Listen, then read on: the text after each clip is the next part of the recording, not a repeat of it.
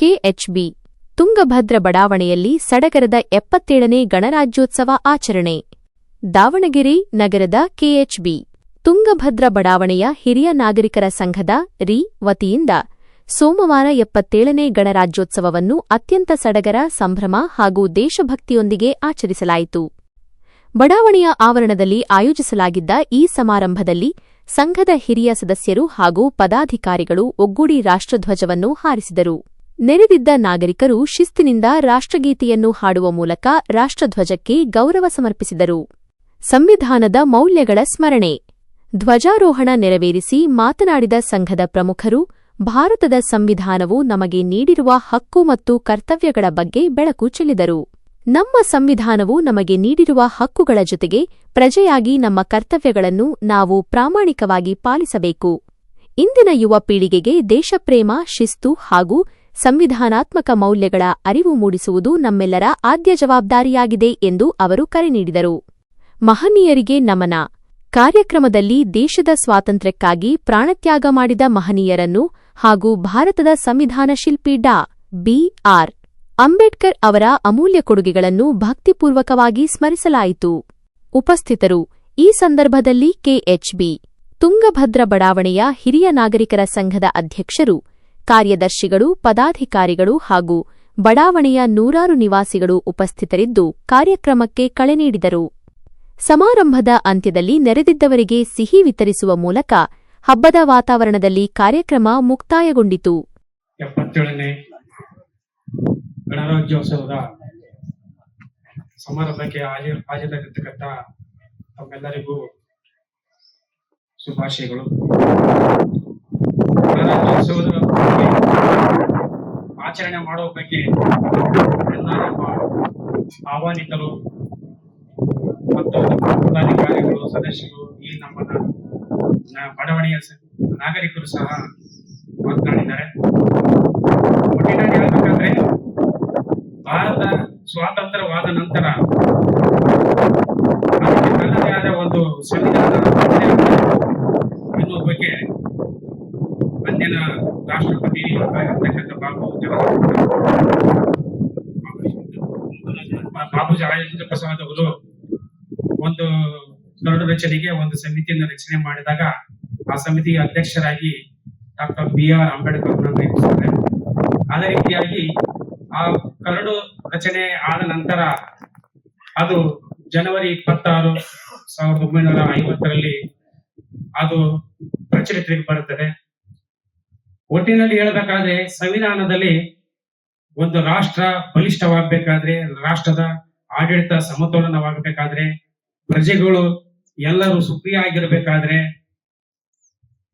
ಆ ರಾಷ್ಟ್ರದ ಏಕತೆ ಮತ್ತು ಸಮಗ್ರತೆ ಬಲಿಷ್ಠವಾಗಬೇಕಾದ್ರೆ ಅದಕ್ಕಾಗಿ ಒಂದು ಸುಸಜ್ಜಿತವಾದ ಸಂವಿಧಾನ ಬೇಕು. ಅದರಂತೆ ಸಂವಿಧಾನದಲ್ಲಿ ಅನೇಕ ಭಾಗಗಳನ್ನ ರಚನೆ ಮಾಡಿದ್ದಾರೆ. ಅದರಲ್ಲಿ ಈ ಜನವರಿ 26ರಂದು ನಾವು ಏಕತೆ ಮತ್ತು ಸಮಗ್ರತೆ ಬಗ್ಗೆ ನಾವು ಹೆಚ್ಚಿನಾಗಿ ಮಾತಾಡ್ಬೇಕು. ಯಾಕಂದ್ರೆ ಈ ದೇಶವನ್ನ ಆಳ್ತಕ್ಕಂಥ, ಈ ಜೊತೆ ದೇಶವನ್ನ ಆಡಳಿತಾತ್ಮಕ ನಡೆಸ್ತಕ್ಕಂಥ ಅನೇಕ ಇಲಾಖೆಗಳು ತನ್ನದೇ ಆದ ಕಾರ್ಯಕಲಾಪಗಳನ್ನು ಮಾಡ್ತವೆ. ಅದೇ ರೀತಿಯಾಗಿ ಈ ಪ್ರಜೆಗಳು ತಾವು ನಡೆ, ನುಡಿ, ಆಚಾರ, ವಿಚಾರ, ಈ ದೇಶಾಭಿಮಾನ, ರಾಷ್ಟ್ರಾಭಿಮಾನ, ಒಬ್ಬ ಸಾಮಾಜಿಕ ಜನತೆಯಲ್ಲಿ ಒಂದು ಸ್ಪಂದಿಸ್ತಕ್ಕಂಥ ನಡವಳಿಕೆ, ಇವುಗಳನ್ನೆಲ್ಲ ಒಂದು ಕಟ್ಟುಬದ್ಧ ವೃತ್ತದಿಂದ ನಡೆದುಕೊಳ್ಳಬೇಕು ಅನ್ನೋ ನಿಟ್ಟಿನಲ್ಲಿ ಒಂದು ಕಾನೂನು ರಚನೆ ಆಗುತ್ತೆ.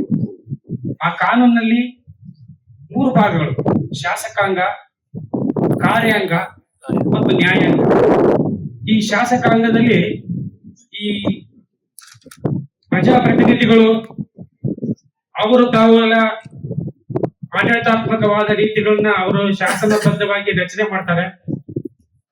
ಅದನ್ನ ಕಾರ್ಯರೂಪಕ್ಕೆ ತರಬೇಕಾದ್ರೆ ಅದು ನಮ್ಮ ರಾಷ್ಟ್ರದಲ್ಲಿ ಎಲ್ಲಾ ಒಂದು ಭಾಗಗಳಿಗೂ ಒಂದೊಂದು ಇಲಾಖೆಗಳು.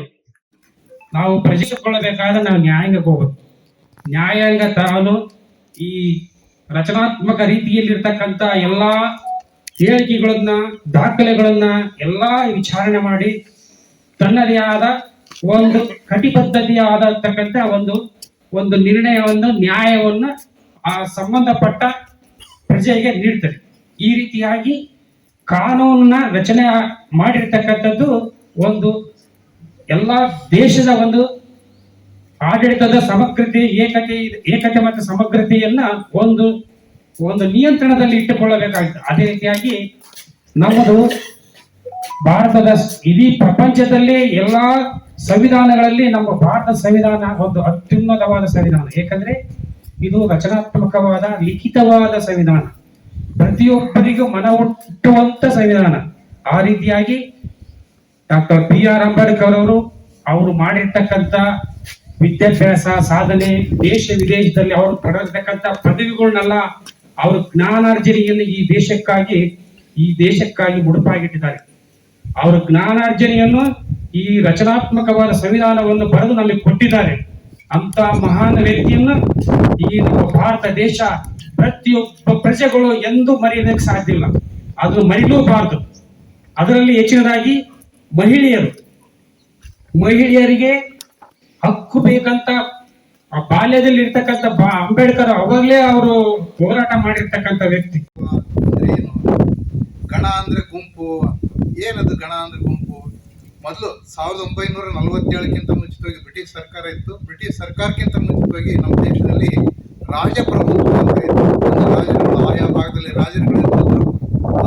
ದೇಶವನ್ನ ಅಥವಾ ಆಯಾ ಭಾಗದ ಪ್ರದೇಶವನ್ನ ಇಟ್ಕೊಂಡು ಅವರು ಏನೋ ಒಂದು ಮಂತ್ರಿಮಂಡಲ ಎಲ್ಲ ರಚನೆ ಮಾಡ್ತಿದ್ದ ಆಳ್ತಾ ಇದ್ರು. ಅದು ವಂಶ ಪಾರಂಪರ್ಯವಾಗಿರ್ತಕ್ಕಂಥ ಒಂದು ವ್ಯವಸ್ಥೆ ಇತ್ತು. ತಮ್ಮೆಲ್ಲರಿಗೂ ಹಿರಿಯರಾಗಿರೋದ್ರಿಂದ ಎಲ್ಲರಿಗೂ ಗೊತ್ತಿದೆ ಅಂತ ಅನ್ಕೊಳ್ತಿದ್ದೀನಿ.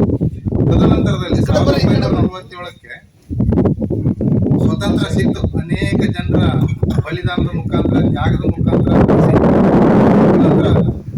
ಏನಾಯ್ತಪ್ಪ ಅಂದ್ರೆ ನಮ್ಮ ದೇಶವನ್ನ ಸುವ್ಯವಸ್ಥಿತ ರೀತಿಯಲ್ಲಿ ನಡೆಸ್ಕೊಂಡು ಹೋಗ್ಲಿಕ್ಕೆ ಒಂದು ಕಾನೂನಿನ ವ್ಯವಸ್ಥೆ ಅತ್ಯಗತ್ಯವಾಗಿ ಬೇಕಾಗಿತ್ತು. ಆ ಕಾನೂನಿನ ವ್ಯವಸ್ಥೆಯನ್ನ ರಚನೆ ಮಾಡಲಿಕ್ಕೆ ಆಗಿನ ಎಲ್ಲ ಮುಖಂಡರುಗಳು ಅಂಬೇಡ್ಕರ್ ಅವರ ಒಂದು ನೇತೃತ್ವದೊಳಗೆ ಒಂದು ಸಮಿತಿಯನ್ನ ರಚನೆ ಮಾಡಿ ಸಂವಿಧಾನವನ್ನ ತಯಾರು ಮಾಡಿದ್ರು. ಆ ಸಂವಿಧಾನ ಬಹಳ ಮುಖ್ಯವಾಗಿರ್ತಕ್ಕಂಥ ಘಟ್ಟ. ಅದನ್ನೆಲ್ಲರೂ ನಾವು ರಕ್ಷಣೆ ಮಾಡ್ಬೇಕಂತ ಅನ್ನುವಂಥದ್ದು ನಾವೆಲ್ಲ ಇತ್ತೀಚೆಗೆ ಕೇಳ್ತಾ ಇದ್ದೀವಿ. ಬಟ್ ಅದು ಯಾವಾಗಿಂದನೂ ಕೂಡ ಪ್ರತಿಯೊಬ್ಬರು ಕೂಡ ನಮ್ಮ ಮನೆಯೊಳಗನು ಕೂಡ ಆ ನಿಯಮಗಳನ್ನ ಹಾಕೊಂಡಿರ್ತೀವಿ, ನಮ್ಮ ಮನೆ ಹೆಂಗಿರ್ಬೇಕು ಅಂತ ಹೇಳಿ. ಅದೇ ರೀತಿ ನಮ್ಮ ದೇಶಕ್ಕೆ ಇರ್ತಕ್ಕಂಥ ಈ ಸಂವಿಧಾನ ನಾವು ರಕ್ಷಣೆ ಮಾಡದೆ ಹೋದ್ರೆ ನಮ್ಮ ದೇಶ ಉಳಿಲಿಕ್ಕೆ ಸಾಧ್ಯತೆ ಇಲ್ಲ. ನಮ್ಮ ದೇಶವನ್ನು ಉಳಿಸ್ಬೇಕಂದ್ರೆ ಸಂವಿಧಾನ ಉಳಿಬೇಕು. ಕಾಲಕ್ಕೆ ಸಂವಿಧಾನನೂ ಕೂಡ ಬದಲಿ ಆಗ್ಲೇಬೇಕು ಅಂತ ನನ್ನ ಅಭಿಪ್ರಾಯ. ಬಹಳ ಜನ ಕೂಡ ಹೇಳ್ತಾರೆ, ಯಾಕಂದ್ರೆ ಕಾಲಘಟ್ಟದಲ್ಲಿ ಬದಲಾವಣೆಗಳು ಸಹಜ. ಆ ಪ್ರಕಾರ ಹಿಂದೇನೋ ಒಂದ್ ರೀತಿ ಇತ್ತು, ಈಗ ಸಾಕಷ್ಟು ಜನ ಮುಂದುವರೆದಿದ್ರು ಕೂಡ ಅವರಿಗೆ ಒಂದು ಮೀಸಲಾತಿ ಕೆಳಮಟ್ಟದಾಗೂ ಸಾಕಷ್ಟು ಜನ ಇದ್ದಾರೆ. ಅವ್ರನ್ನ ಮೇಲೆ ಎತ್ತಬೇಕಾಗಿರ್ತಕ್ಕಂಥ ನಿಯಮಗಳು ನಮಗೆ ಬೇಕಾಗಿದೆ. ಇದಕ್ಕೆ ಸಂವಿಧಾನ ಬದಲಿ ಆಗ್ಬೇಕು ಅನ್ನುವಂತ ಒಂದು ಅಂಶ.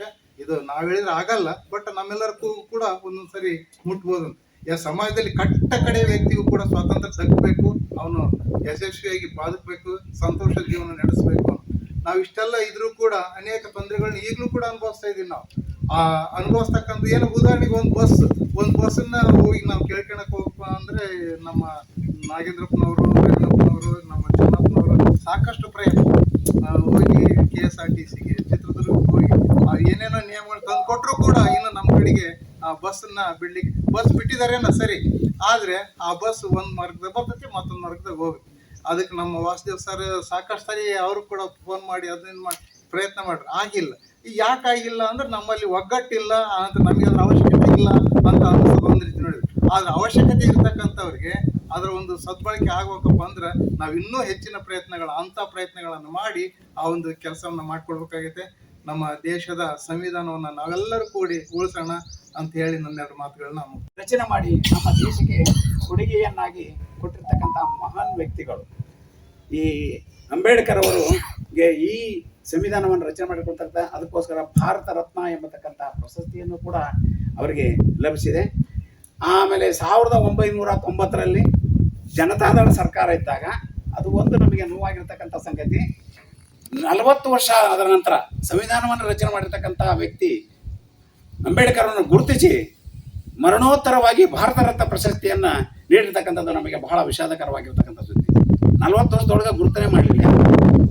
ಅದಕ್ಕೋಸ್ಕರ ಇಷ್ಟು ಹೇಳಲಿಕ್ಕೆ ಬೇರೆ ಸಮಯ ಆಗಿರೋದ್ರಿಂದ ಇಷ್ಟು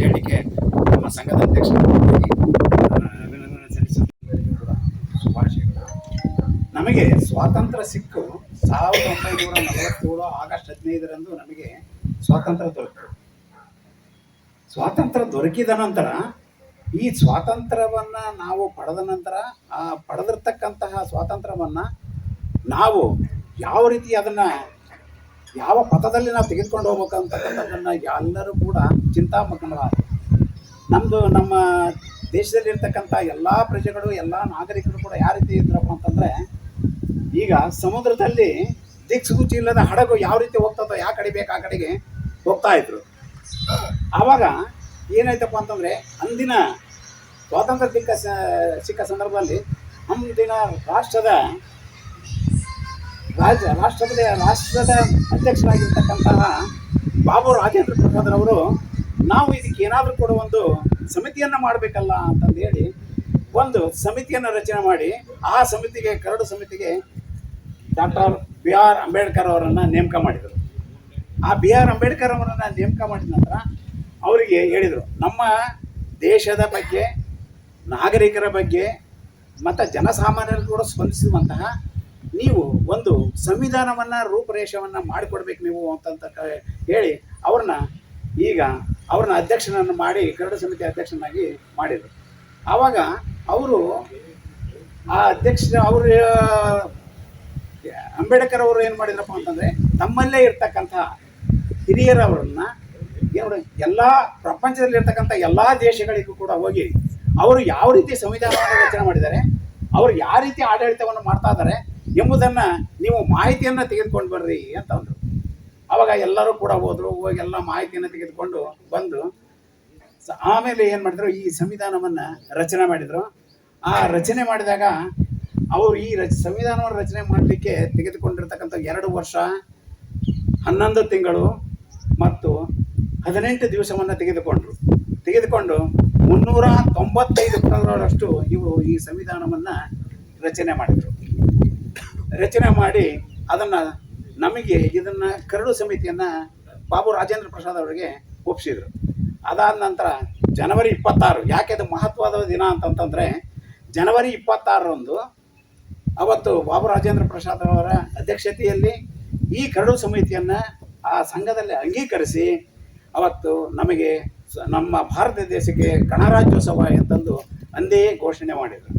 ನಮ್ಮ ಈ ಗಣರಾಜ್ಯೋತ್ಸವವು ಇದು ಸಂವಿಧಾನ ರಚನೆ ಆಗಿರ್ತಕ್ಕಂಥದ್ದು ಲಿಖಿತ ಮತ್ತು ಅಲಿಖಿತ ಸಂವಿಧಾನ ರಚನೆ ಆಗಿರ್ತಕ್ಕಂಥದ್ದು. ನಾವು ಆಯ್ಕೆ ಮಾಡಿರ್ತಕ್ಕಂಥದ್ದು ಇದರಲ್ಲಿ ಲಿಖಿತ ಸಂವಿಧಾನವನ್ನು ಆಯ್ಕೆ ಮಾಡಿಕೊಂಡ್ವಿ. ಲಿಖಿತ ಸಂವಿಧಾನದಲ್ಲಿ 2 ರೀತಿಯಲ್ಲಿ ಲಿಖಿತ ಸಂವಿಧಾನ ಮಾಡಿದರು. ಒಂದು ಹಿಂದಿ ಭಾಷೆಯಲ್ಲಿ ಕರ್ನಾಟಕ ಗೃಹ ಮಂಡಳಿ ಕಾಲೋನಿಯ ಹಿರಿಯ ನಾಗರಿಕರ ಸಂಘದ ಪದಾಧಿಕಾರಿಗಳಾದಂಥ ಎಲ್ಲರಿಗೂ ಮತ್ತು ಅಧ್ಯಕ್ಷರಾದವರಿಗೆ ನನ್ನ ವಂದನೆಗಳು. ಮತ್ತೆ ಈ ಸಮಾರಂಭದ ಗಣರಾಜ್ಯೋತ್ಸವದ ಜೊತೆಗೆ ಸಮಾರಂಭದ ಅತಿಥಿಗಳಾಗಿ ಬಂದು ನಮ್ಮ ಸ್ವಲ್ಪ ಸನ್ಮಾನವನ್ನು ಸ್ವೀಕರಿಸಿರ್ತಕ್ಕಂಥವರಿಗೂ ನಮ್ಮ ಸಂಘದ ವತಿಯಿಂದ ನಮಸ್ಕಾರಗಳು, ಅಭಿನಂದನೆಗಳು. ನನಗೆ ಮಾತಾಡಕ್ ಬರೋದಿಲ್ಲ, ಆಮೇಲೆ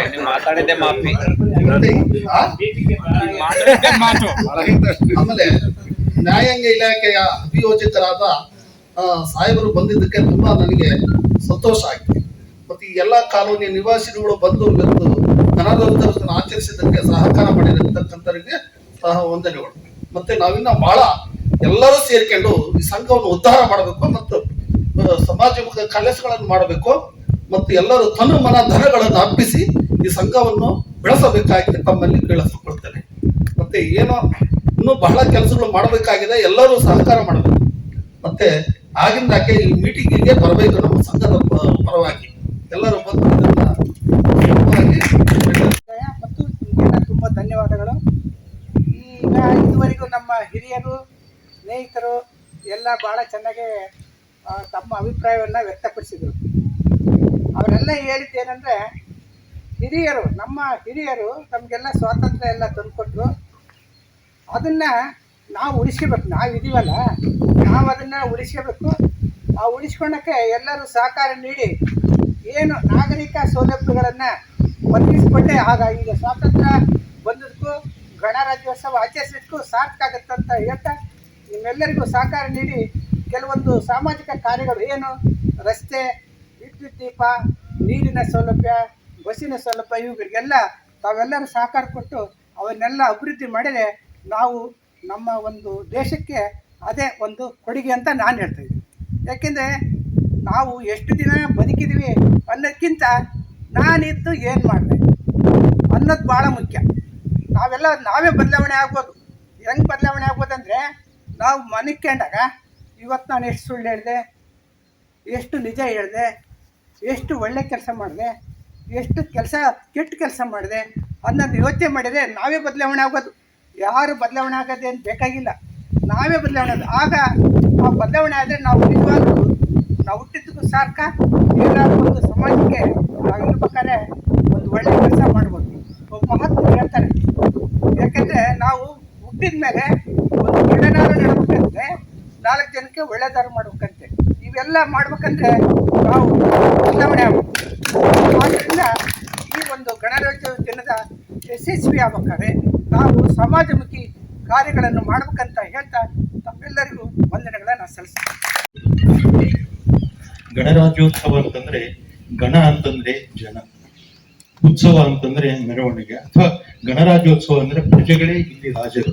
ಇಲ್ಲಿ ಯಾವುದೇ ರಾಜರು ಇರುವುದಿಲ್ಲ. ಪ್ರಜೆಗಳ ಪ್ರತಿಯೊಬ್ಬ ಭಾರತದಲ್ಲಿ ಹುಟ್ಟಿರ್ತಕ್ಕಂಥ ಪ್ರತಿಯೊಬ್ಬ ಪ್ರಜೆಯೂ ರಾಜ. ಆ ರೀತಿ ಒಂದು ಸಂವಿಧಾನವನ್ನು ರಚಿಸಿ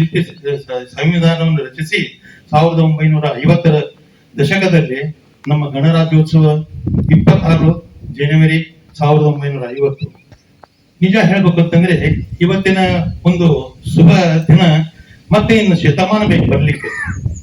ವರ್ಷದ ಮೊದಲನೇ 26ನೇ ದಿನ, 26ನೇ ತಾರೀಕು ಮತ್ತು 26ನೇ ವರ್ಷ. ಇದು ನೆಕ್ಸ್ಟ್ ಒಂದು 100 ವರ್ಷಗಳ ನಂತರ ಬರುತ್ತೆ ಈ ಒಂದು ಶುಭ ದಿನ. ಅಂತ ಶುಭ ದಿನಗಳಲ್ಲಿ ನಾವೆಲ್ಲ ಸೇರ್ಕೊಂಡು ಈ ಜೀವನ ಮಾಡ್ತಾ ಇರೋದು ಬಹಳ ಸಂತೋಷವಾದ ಸಂಗತಿ.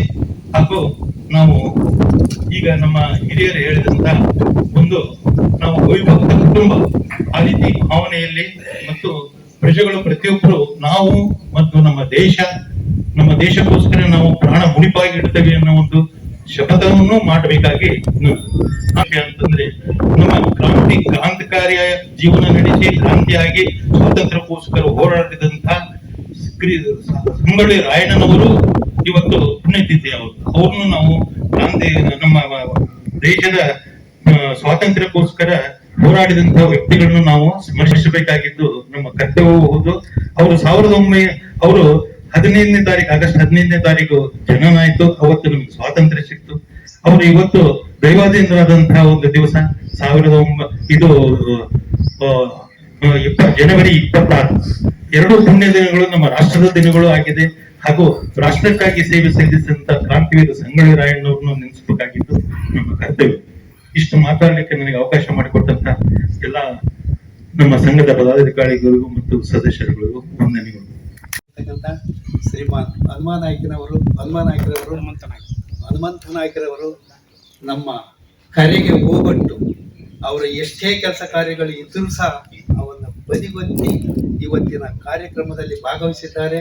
ಮತ್ತು ಅಂದವಾದ ಚಂದವಾದ ಒಂದೆರಡು ಮಾತುಗಳನ್ನ ಈ 77ನೇ ಗಣರಾಜ್ಯೋತ್ಸವದ ಬಗ್ಗೆ ಮಾತನಾಡಿ ನಮಗೆ ಸಂತೋಷಪಡಿಸಿದ್ದಾರೆ. ಅವರಿಗೆ ತುಂಬ ಹೃದಯದ ಅಭಿನಂದನೆಗಳು ಸಾರ್. ಅದೇ ರೀತಿಯಾಗಿ ನಮ್ಮ ಕಾಲೋನಿಯ ಗಣ್ಯ ವ್ಯಕ್ತಿಗಳಾಗಿರ್ತಕ್ಕಂಥ ಶ್ರೀಮಾನ್ ಜ್ಯೋತಿ ಪ್ರಕಾಶ್ ಅವರು ನಮ್ಮ ಕರೆಗೆ ಹೋಗೊಟ್ಟು ಬಂದು ನಮ್ಮ ಸನ್ಮಾನವನ್ನು ಸ್ವೀಕಾರ ಮಾಡಿದ್ದಾರೆ. ಅವರಿಗೂ ಸಹ ನಮ್ಮ ಅಭಿನಂದನೆಗಳು. ಅದೇ ರೀತಿಯಾಗಿ ಎಲ್ಲಾ ವೇದಿಕೆ ಮೇಲೆ ಇರ್ತಕ್ಕಂಥ ಎಲ್ಲಾ ಗಣ್ಯರು ಹಾಗೂ ನಮ್ಮ ಸಂಘದ ಅಧ್ಯಕ್ಷರಾಗಿರ್ತಕ್ಕಂಥ ಶ್ರೀಮಾನ್ ಕೆ ವಾಸುದೇವಪ್ಪರವರು ನಮ್ಮ ಸಂಘದ ಎಲ್ಲಾ ಕೆಲಸ ಕಾರ್ಯಗಳನ್ನು ಬಹಳ ಸಾಂಗೋಪಸಾಂಗವಾಗಿ ನಡೆಸಿಕೊಡ್ತಾ ಇದ್ದಾರೆ. ಮತ್ತು ಇವತ್ತಿನ ಎಲ್ಲಾ ಕಾರ್ಯಚಟುವಟಿಕೆಗಳಲ್ಲೂ ಅವರು ತುಂಬಾ ಸಂತೋಷದಿಂದ ಬೆಳಿಗ್ಗೆ 5:15 ಗಂಟೆಯಲ್ಲಿ ಬಂದು ಕೆಲಸ ಕಾರ್ಯಗಳನ್ನು ಮಾಡಿದ್ದಾರೆ. ಅವರಿಗೆ ನನ್ನ ತುಂಬ ಹೃದಯದ ಅಭಿನಂದನೆಗಳು. ಅದೇ ರೀತಿಯಾಗಿ ನಮ್ಮ ಜ್ಯೋತಿ ಪ್ರಕಾಶ್ ಅವರು ಹೇಳಿದರು, ನಮ್ಮ ದೇಶಕ್ಕೆ ಸ್ವಾತಂತ್ರ್ಯವನ್ನ ತಂದುಕೊಡೋದು ತನು ಮನ ಧನ ಅರ್ಪಿಸಿಕೊಂಡು ಬೆಳೆಸಿಕೊಂಡು ಹೋಗಬೇಕು ಹೋಗ್ಬೇಕಾದ್ರೆ ನಾವು ನೀವೆಲ್ಲರೂ ಒಗ್ಗಟ್ಟಿನಿಂದ ಇರಬೇಕು. ಒಗ್ಗಟ್ಟಿನಿಂದ ಸಾಧನೆ ಮಾಡಿದರೆ ಏನ್ ಬೇಕಾದ್ರೂ ಗೆಲ್ಬೋದು. ಇವತ್ತು ನಮ್ಮ ದೇಶ ಬಹಳ ಬಹಳ ಬಹಳವಾಗಿ ಮುಂದುವರೆದಿದೆ. ಇವತ್ತು ಪ್ರಪಂಚದ ಎಲ್ಲಾ ರಾಷ್ಟ್ರಗಳಿಗೂ ನಮ್ಮ ದೇಶ ಬೀಟ್ ಮಾಡ್ತಾ ಇದೆ. ಅದಕ್ಕೆ ನಮ್ಮ ಸಂತೋಷ ಹಾಗೂ ನಮ್ಮ ರಾಜಕೀಯ ವ್ಯಕ್ತಿಗಳಿಗೂ ಹಾಗೂ ನಮ್ಮ ವಿಜ್ಞಾನಿಗಳಿಗೂ ಹಾಗೂ ನಮ್ಮ ಯೋಧರಿಗೂ ಎಲ್ಲರಿಗೂ ನನ್ನ ಅಭಿನಂದನೆ.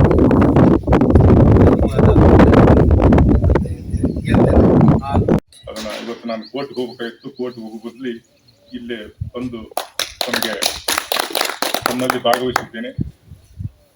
ಸಮಾನತೆ ಅಂತೂ ನಮ್ಮ ಡಾಕ್ಟರ್ ಅಂಬೇಡ್ಕರ್ ಅವರು ಇಲ್ಲದೆ ಇದ್ರೆ ಇವತ್ತು ನಾವು ಗುಲಾಮಗಿರಿಯಲ್ಲಿ ಬದುಕಬೇಕಾಗಿತ್ತು. ಸಂವಿಧಾನ ಅವರು ರಚನೆ ಮಾಡದೆ ಹೋಗಿದ್ರೆ ಮಹಾತ್ಮ ಗಾಂಧಿಯವರು ಒಂದು ಮಾತು ಹೇಳಿದರು, ಸಂವಿಧಾನ ಪ್ರಜಾಪ್ರಭುತ್ವ ರಾಷ್ಟ್ರದಲ್ಲಿ ಸಂವಿಧಾನ ಇಲ್ಲದೆ ಇದ್ದಿದ್ರೆ ಅದು ಎಲ್ಲ ನಾಗರಿಕರು ಒಂದು ಗುಲಾಮಗಿರಿ ರೀತಿಯಲ್ಲಿ ಬದುಕಿ ಅರಾಜಕತೆ ಸೃಷ್ಟಿಯಾಗ್ತಾ ಇತ್ತು. ಅದಕ್ಕೆ ಅರಾಜಕತೆ ಬಹಳ ಕೆಟ್ಟದ್ದು. ಅರಾಜಕತೆಗಿಂತ ಗುಲಾಮಗಿರಿ ಇನ್ನೂ ಕೆಟ್ಟದ್ದು ಅಂತಕೊಂಡು ಅವ್ರು ಹೇಳ್ತಾ ಇದ್ರು. ನಾನು ರಚನೆ ಮಾಡದೆ ಹೋಗಿದ್ರೆ ಇವತ್ತ ಎಲ್ಲರೂ ಈ ರೀತಿ ಪ್ರಜಾಪ್ರಭುತ್ವ ರಾಷ್ಟ್ರದಲ್ಲಿ ಸಂವಿಧಾನ ಎಲ್ಲರಿಗೂ ಸಮಾನತೆ ಹಕ್ಕುಗಳನ್ನು ಕೊಟ್ಟಿದೆ. ಆ ಹಕ್ಕುಗಳ ಒಂದಿಗೆ ನಾವು ಇವತ್ತ ಜೀವನ ಸಾಕ್ತಾ ಇದ್ದೀವಿ, ಸಂತೋಷ ಜೀವನ ಸಾಕ್ತಾ ಇದ್ದೀವಿ.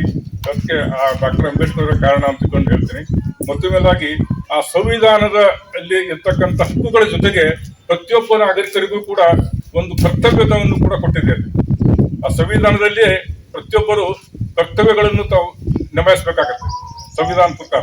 ಆ ಸಂವಿಧಾನ ಪ್ರಕಾರ ಕರ್ತವ್ಯಗಳನ್ನು ಮಾಡದೆ ಹೋಗಿದ್ದಲ್ಲಿ ಮತ್ತೆ ಅರಾಜಕತೆ ಸ್ಟಾರ್ಟ್ ಆಗತ್ತೆ. ಅದಕ್ಕೆ ಆ ಹಕ್ಕು ಎಷ್ಟು ಇಂಪಾರ್ಟೆಂಟ್ ಅಷ್ಟೇ ಆ ಕರ್ತವ್ಯಗಳು ಕೂಡ ಅಷ್ಟು ಮುಖ್ಯವಾಗುತ್ತೆ ಅಂತ ಹೇಳಿ ಈ ಸಂದರ್ಭದಲ್ಲಿ ಎಲ್ಲರಿಗೂ ತಮ್ಮ ನಮಸ್ಕಾರಗಳು.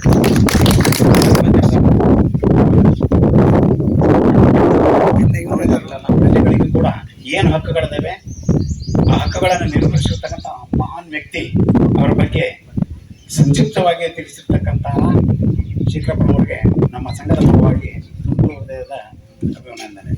ಹಿರಿಯ ನಾಗರಿಕ ಸಂಘದಿಂದ 77ನೇ ಗಣರಾಜ್ಯೋತ್ಸವ ಆಚರಿಸಿ ಹಾಗೂ ನನ್ನನ್ನು ಸನ್ಮಾನಿಸಿದ್ದಕ್ಕೆ ಎಲ್ಲರಿಗೂ ಪೂರ್ವಕ ಅಭಿನಂದನೆಗಳು ಹಾಗೂ ಗಣರಾಜ್ಯೋತ್ಸವದ ಶುಭಾಶಯಗಳು ಹೇಳ್ತಾ ನನ್ನ 4 ಮಾತು ಮುಗಿಸ್ತೇನೆ.